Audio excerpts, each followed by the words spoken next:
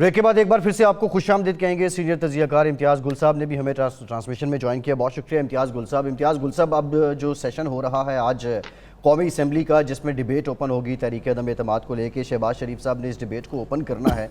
इससे पहले अपोजिशन ने जो ग्राउंड्स दिए तहरीक अदम एतमाद की फेवर में, वो डोमेस्टिक हालात थे, हुकूमत की कारकर्दगी थी। लेकिन आज जो डिबेट होगी, जो पिछले 2-3 दिन से ये ख़त वाला सिनेरियो है, आप क्या समझते हैं, अपोजिशन तरजीह देगी इस ख़त वाले मामले को रिस्पॉन्ड करने में, या बुनियादी जो हुकूमत की कारकर्दगी को बेस बना के इन्होंने ये तहरीक लाई थी, उसी पे अपने दलाइल को और अपने बयानात को मज़ीद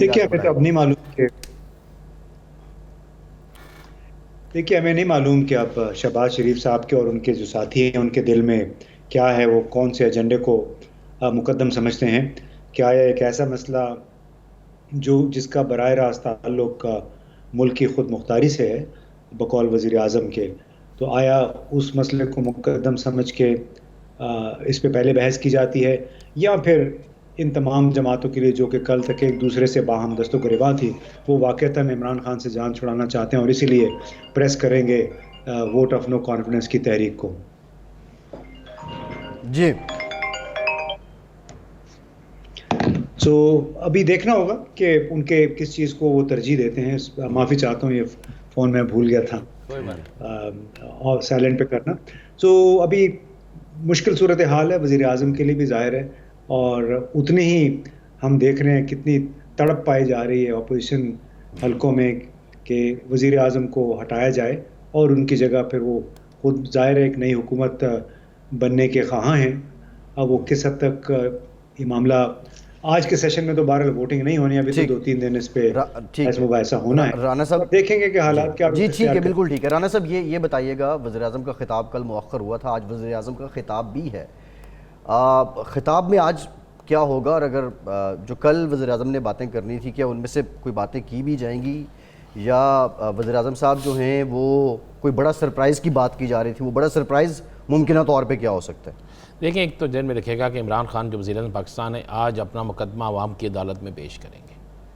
3 से 4 दिन से जो डिस्कस हो रहा था, आज कल ख़िताब मुकर हुआ, उसके बाद बहुत सी चहमगोइयाँ चल रही हैं, बहुत सी बातें चल रही हैं, बहुत से इनके साथी ने छोड़ के चले गए, बहुत से इत्तेहादी छोड़ के चले गए, और उन तमाम चीज़ों को वो डिस्कस करेंगे। आज वो आवाम के सामने रखेंगे कि मेरे ख़िलाफ़ सब कुछ क्यों हो रहा है, मैं जो केस पेश कर रहा हूँ वो केस क्या है। मैं नहीं कहता कि वो सारे ख़त के मंदरजा ज़ात को सामने रख देंगे, वो तमाम चीज़ों को सामने रख देंगे, लेकिन वो इतना ज़रूर करेंगे कि कल अगर उन्हें इलेक्शन में जाना पड़ता है तो वो उससे पहले कह सके कि मैंने पूरी कौम को इस चीज़ पे कायल किया था, मैंने पूरी कौम को इत्तला कर दिया था कि ये मामला है, ये हालात ये हैं, इस तरफ जा रही, ये सारी चीज़ें आज रखेंगे। और उसके बाद कौन उनको जो छोड़ के गए हैं वो क्यों छोड़ के गए हैं, पीछे कौन सी कुव्वतें हैं, कौन सी कुव्वतें उन्हें हटाना चाहती हैं। आखिर में मेरा ज़ाती ख्याल है कि आखिर में वो यही कहेंगे कि अगर हमने एक कौम बनना है तो हमें फ़ैसला करना होगा, और ये फ़ैसला सिर्फ हुकूमत को नहीं सबको करना होगा। और इस पर वो आज दावत भी दे सकते हैं अपोजिशन को कि अपोजिशन जमातें जो हैं, अगर वो समझती हैं कि ये लेटर दुरुस्त नहीं है तो आएँ, वो आकर बैठे। आप कह रहे हैं सेटलमेंट की जानिब हालात जा रहे हैं? जी बिल्कुल जा रहे हैं, बिल्कुल। देखिए, इस मुल्क के लिए ये बेहतर है, लेकिन अगर आप ये समझें कि आप इमरान खान के तमाम मुतालबात को रद्द करके, उनकी तमाम जो चीज़ें हैं उसे रद्द करके फिर आप उसकी तरफ सेटलमेंट की तरफ जाएं, तो ऐसा नहीं होगा। इमरान खान किसी सूरत पे भी ऐसे किसी चीज़ पर जो है एग्रीमेंट नहीं करेगा, मुआहदा नहीं करेगा, उस पर रजामंदी जाहिर नहीं करेगा जिससे उसे ये नज़र आता हो कि उसका बयानिया और उसकी आइंदा इलेक्शन की हिकमत अमली जो है इसकी वजह से बिल्कुल बर्बाद हो जाएगी। देखिए, इस वक्त मौजूदा सूरत हाल में अब्बासी साहब, इमरान खान इस वक्त हिट है। अगर आज उसकी हुकूमत ख़त्म भी हो जाती है तो वो अवाम में जाने के लिए उसके पास बहुत कुछ है, जबकि अपोजिशन जमातों के पास अवाम के पास जाने के लिए कुछ नहीं है। ठीक है राना साहब, कमर जमान कायरा साहब ने हमें ज्वाइन किया, पाकिस्तान पीपल्स पार्टी के सीनियर रहनुमा हैं। कायरा साहब, बात अब पॉइंट ऑफ नो रिटर्न पे है, या अभी भी कोई सेटलमेंट की गुंजाइश है इस तहरीक अदम एतमाद के मामले में हुकूमत के साथ? कौन सी गवर्नमेंट के साथ? इमरान खान साहब की गवर्नमेंट के साथ। इमरान खान की गवर्नमेंट तो खत्म हो चुकी है, अब तो एक बस रिचुअल बाकी रह गया है, क्योंकि उनके पास तो कोई 145-140 मेंबर हैं टोटल उनके साथ, और वो माइनॉरिटी गवर्नमेंट है इस वक्त, टेक्निकली वो गवर्नमेंट नहीं।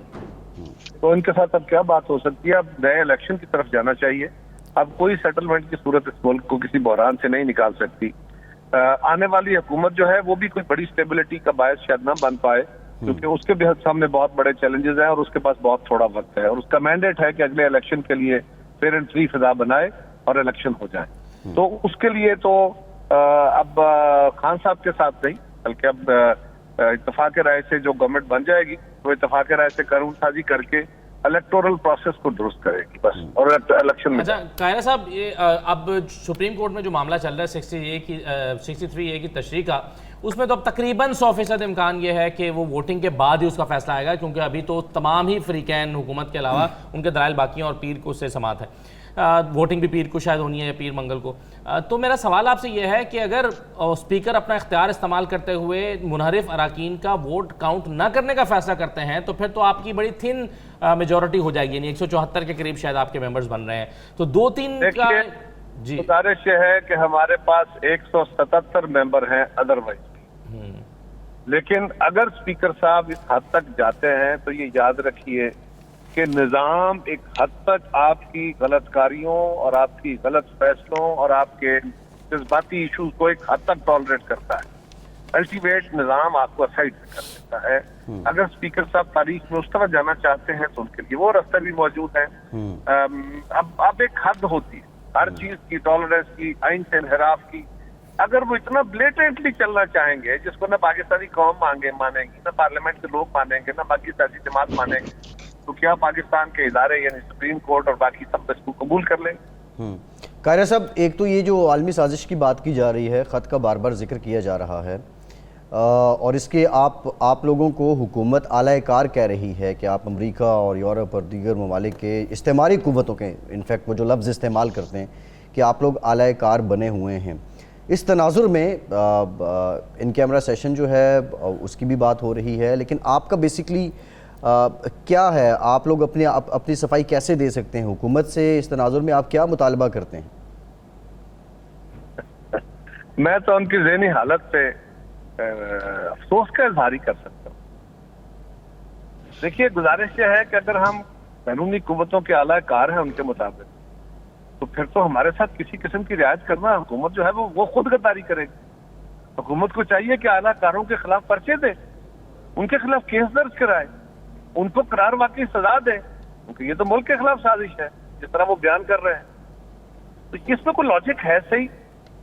जो बात अभी तक हमें सुनाई दी है इधर उधर से, जो बातें हुई है, ये कैबिनेट के लोगों ने कुछ नीति महाफिल में बातें की है कुछ मीडिया पर्सन के साथ, वो तो ये है कि वो एक उसकी हुकूमत का कुछ तीसरे दर्जे का अफसर हमारे अम्बासी के किसी अफसर से मिला और उसने अपने इजहार किया कि पाकिस्तान के साथ, सिविलियन गवर्नमेंट के साथ हमारे ताल्लुकात अच्छे नहीं हैं और इमरान खान की हुकूमत इन ताल्लुकात को और खराब कर रही है, जिस तरह का नैरेटिव लेके वो अवाम में जाते हैं और हमारे खिलाफ वो मुसलसल बोलते रहते हैं।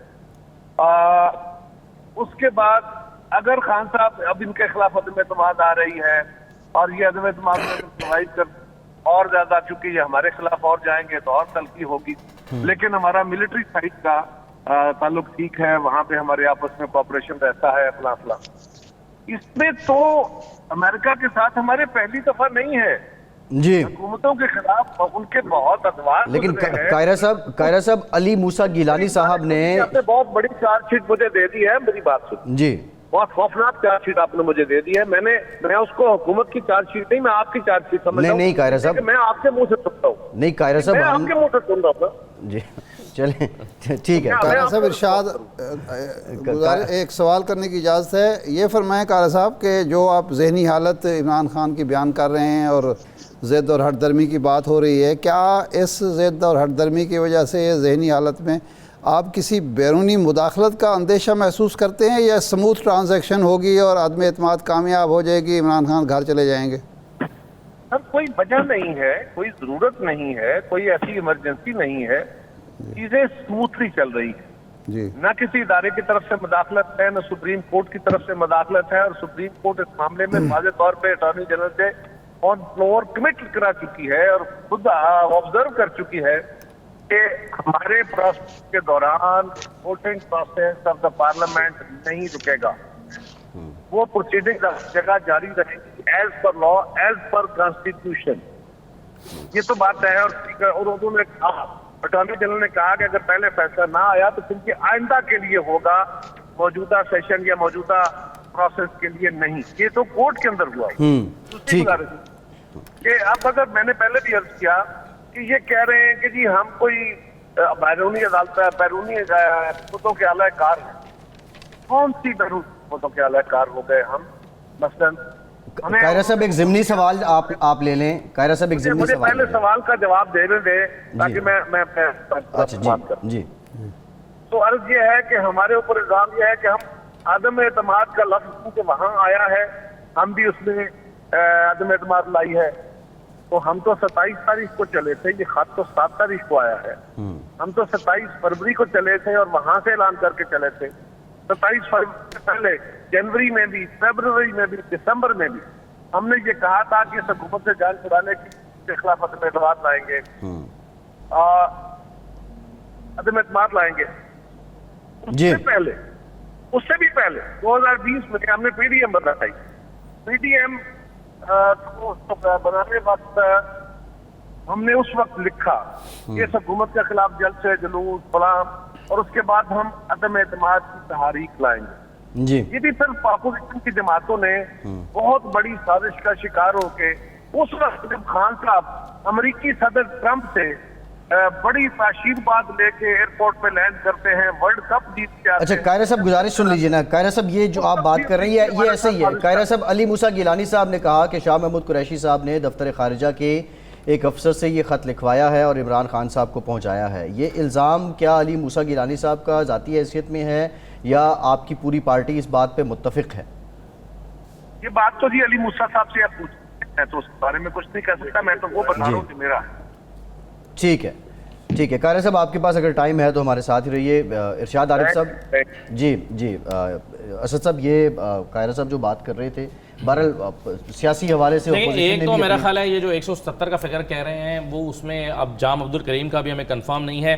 पहुंच गए जी वो? जी पहुंच गए हैं। आ सकेंगे कि नहीं आ सकेंगे नहीं, वो तो प्रोडक्शन ऑर्डर मेरे ख्याल वो उनके तो देने लाजमी है ना, वोटिंग पे तो लाजमी हो जाएंगे जी। अच्छा अब मामला ये है कि 161 लोग आए थे उस दिन जब ये तहरीक अदम एतमाद पेश की गई थी। अब 161 के बाद 7 अफराद एमक्यूएम के आप काउंट करें, 4 आप काउंट करें ये बलूचिस्तान आवामी पार्टी के भूटानी साहब का एक, बुकटी साहब का एक, तो ये मिलाएं तो ये मेरे ख्याल में तो 174 बनते हैं। बहरहाल दो लोग नहीं हैं, अली नवाज और अली वजीर को भी शामिल, अली वजीर को भी शामिल करेंगे और 176 हो देखें जाता है। तारिक बशीर चीमा साहब को भी शामिल करें। तारिक बशीर चीमा साहब को तो शामिल किया ना। ये वैसे राना साहब चीमा साहब का आपसे जानेंगे, चीमा साहब की स्टोरी क्या है। वैसे राना साहब से जान लेते हैं। राना साहब ये चीमा साहब की क्या स्टोरी है कि वो पंजाब में तो मुतहर्रिक हैं चोई साहब की हुकूमत बनवाने के लिए, लेकिन वो कह रहे हैं वहाँ पे मैं अपोजिशन का साथ दूंगा। ये चक्कर माजरा क्या है राना साहब? देखिए ये चीमा साहब जो हैं वो कमिटमेंट कर चुके थे उस वक्त जिस वक्त ख्वाजा साद रफ़ीक और ख्वाजा आसिफ वगैरह जब गए थे। तो आपने देखा होगा कि बाहर जब टॉक करने आए थे वो तारिक बशीर चीमा आए थे। जब बाहर टॉक शुरू हुई थी ख्वाजा साद रफ़ीक की, उसके साथ चौधरी परवेज़ राही साहब नहीं आए थे। तो तारिक बशीर चीमा साहब जो हैं वो उनका ये कहना था हुकूमत को छोड़ दें और उस तरफ चले जाएं, जाके हम नून लीग के साथ जाएं, और उनके काफ़ी हमदर्दियाँ और काफ़ी उनकी गुफ्तगू और शनीद सारी जो थी उन्हीं की तरफ जा रही थी। और तारिक बशीर चीमा साहब का कहना है कि जाके जब आपने वहाँ पे फ़ैसला कर लिया और फैसले के बाद आपने इजलास भी नहीं बुलाया और हमें इत्मीनान भी नहीं लिया, तो उसके लिए मैं बिल्कुल रहता हूँ। लेकिन 2 चीज़ें ज़हन में रखना होगा। तारिक बशीर चीमा साहब जिस हल्के से इलेक्शन लड़ते हैं, जो उनका हल्का है उस पर जो मुस्लिम लीग नून के उम्मीदवार उनके मद्देमुकाबल होते हैं सऊद अजीज़, वो बड़े तगड़े उम्मीदवार है। वो मुस्लिम लीग नून के चंद जो उनके करीब मियां नवाज शरीफ के लोग हैं उनमें मौजूद हैं। अगर वो किसी कमिटमेंट में आके मुस्लिम लीग नून का साथ दे रहे हैं और आइंदा वो समझते हैं कि मुस्लिम लीग नून उनके मुकाबले में उम्मीदवार खड़ा नहीं करेगी, तो बहावलपुर की यह सूरत हाल नहीं है। मेरे साथ राय है कि परवेज़ राही साहब के लिए भी एक टारगेट है और हो सकता है कि इलेक्शन जो वोटिंग डे है अभी उसमें टाइम है, वोटिंग डे पे हो सकेगा तारिक बशीर चीमा साहब वोटकास्ट करने ना जाए। जी ठीक है। राजा आमिर अब्बास साहब, ये कल जो इस्लामाबाद हाई कोर्ट ने फैसला दिया है, ज़रा रहनुमाई कर दें, हमारी भी देखने वालों को भी बता दें। नेशनल सीक्रेसी एक्ट जो है वो क्या है और वो कौन कौन सी उस पर बुनियादी तौर पे पाबंदियां हैं जो वो आला हुकाम को रोकता है? देखिए जो है कानून के तहत नेशनल सीक्रेट एक्ट है जौन सा, उसके तहत ये है कि जनाब अगर दिफाए पाकिस्तान या पाकिस्तान की आर्मी के जो चारों हैं उनके या कोई उसके बारे में इंफॉर्मेशन लीक की जाती है, किसको एक ऐसे को फॉरेन एजेंट को दी जाती है, तो वो उसके ज़ुमरे में आता है कि जहाँ पे आपने सीक्रेसी लीक की है, कि जनाब आपने अपने मुल्क के क्लासिफाइड जो उनसे डॉक्यूमेंट्स हैं वो किसी फॉरेन एजेंट को दिए हैं, ये जेन में रखिए, ठीक है, किसी बैरूनी उसको दिए हैं। लेकिन अगर ये बात होती है कि आपने आके ये बात करनी है कि जनाब ये जो चीज़ें हैं, मैं इस मुल्क का चीफ एग्जीक्यूटिव हूँ और मुझे अभी जैसे कायरा साहब ने भी बात की कि जनाब अगर ये ख़त को तकरीबन सब मान रहे हैं, तो एक बात ज़रा ज़हन में रखिए कि ये ख़त अगर अमेरिका से या किसी भी और मुल्क से आया है तो ये उस हुकूमत को तो नहीं आया होगा कि जनाब अगर ये वोट ऑफ नो कॉन्फिडेंस पास नहीं हुआ तो ये इसके बड़े सख्त और सीवियर रिपरकशंस होंगे। ये मैसेज दिया किसको गया है, इस पे ये बड़ी गौर तलब बात है कि ये मैसेज किसको दिया। ये इमरान खान को तो थ्रेट नहीं दिया, ये थ्रेट किसको दिया है? क्या अपोजिशन को दिया है? नहीं, ये जो थ्रेट दिया है जिनको, अब ये देखना है कि वो इस पे किस अंदाज में करते हैं कि जनाब ये थ्रेट पाकिस्तान की स्टेट को दे दिया गया है, पाकिस्तान की डीप स्टेट को दे दिया गया है कि जनाब इस इलेक्शंस में ये रिजल्ट्स आने चाहिए। तो अब अगर इतनी ज्यादा जो सिक्योरिटी के इश्यूज हैं पाकिस्तान की, और ये जो डिबेट खुल रही है अभी कि जनाब ये ओपन होनी चाहिए या नहीं, इसमें कथन ये जो सीक्रेट एक्ट है वो इन्वॉल्व नहीं होता। और मैं समझता हूं खान साहब जो आज तकरीर करेंगे तो वो जरूर अवाम में ये डिबेट खोलेंगे और बताएंगे, क्योंकि ये वो इश्यूज हैं जो कौम के और दुनिया में, देखिए आप अब्बासी साहब, कि दुनिया में ये होता है कि जब कोई किसी कौम के साथ ऐसे इश्यूज आते हैं जो कि उनके नेशनल इंटरेस्ट के होते हैं, तो फिर वो उन इश्यूज को उठा के पब्लिक करते हैं, यूनिवर्सिटीज में जाते हैं, वहां की डीन से बात करते हैं, थिंक टैंक्स से बात करते हैं, तमाम जगह से वो इंफॉर्मेशंस लेते हैं, उनकी इनपुट लेते हैं और उसको एक सीरियस नोट पे लेके चलते हैं। ये नहीं कि जनाब ठीक है हम जितना हम समझ सके हैं, आप ये कह रहे हैं कि इमरान खान साहब कल जो इस्लामाबाद हाई कोर्ट का डिसीजन है उसके बावजूद अगर इसको अवाम में रख देते हैं तो आइन और कानून में ऐसा कोई मसला उनके लिए कोई कानूनी कदगन इसमें नहीं है, क्योंकि ये किसी फॉरेन एजेंट को नहीं दे रहे हैं। अगर तो वो डॉक्यूमेंट नहीं दिखाते, चलें अगर वो उसका सब कुछ तो कल बता दिया गया तो अवाम को वो क्या बताएंगे? वो कागज तो नहीं दिखाना ना, उन्होंने बताना है कि ये वो स्ट्रेटेजी है। और ये अब अवाम को पता भी है कि जनाब ये बैरूनी हाथ जौन से हैं ये हमेशा मुलव्विस रहे हैं और अब भी।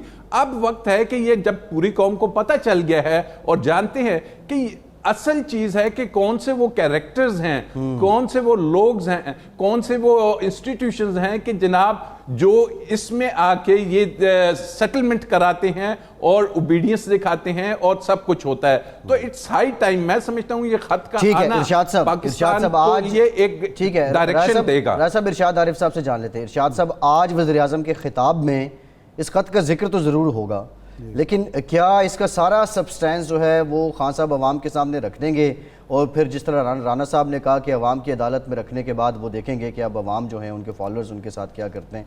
और अगर ऐसा होगा तो क्या ये उस सूरत में होगा कि बाकी जो तमाम उनके दोस्त अहबाब रहे हैं उनकी जानिब से कोई मायूस कुन पैगाम है इसलिए, या उनका एतमाद लेते हुए खान साहब इसको अवाम की अदालत में रखेंगे? देखें, दो चीज़ें हैं। एक तो इस तकरीर का मतलब ये होगा कि रात जो नेगोशिएशन चल रही थी, 3 बार मुलाकातें हुई और उसके बाद फिर वो खिताब मुलतवी हुआ और ऐसा लगा कि कोई सूरत हाल ऐसी हो सकती है जिसकी वजह से तमाम स्टेक होल्डर्स के लिए विन विन सिचुएशन हो, मुल्क अदम इस्तेहकाम का शिकार ना हो, जमहूरियत किसी ख़तरे से दो चार ना हो, बैरूनी इन्फ्लुएंस से या पैसे से हुकूमत तब्दील ना हो, तो वो मेरा ख़्याल है कि शायद बैल मुंडे नहीं चढ़ सकी, मामला आगे नहीं बढ़ सका, जिसके बाद वज़ीर-ए-आज़म खिताब की तरफ जा रहे हैं। ये हो सकता है 2 घंटे बाद फिर ट्वीट करें कोई साहब, वो कहें कि जी वो फिर मौखर हो गया है।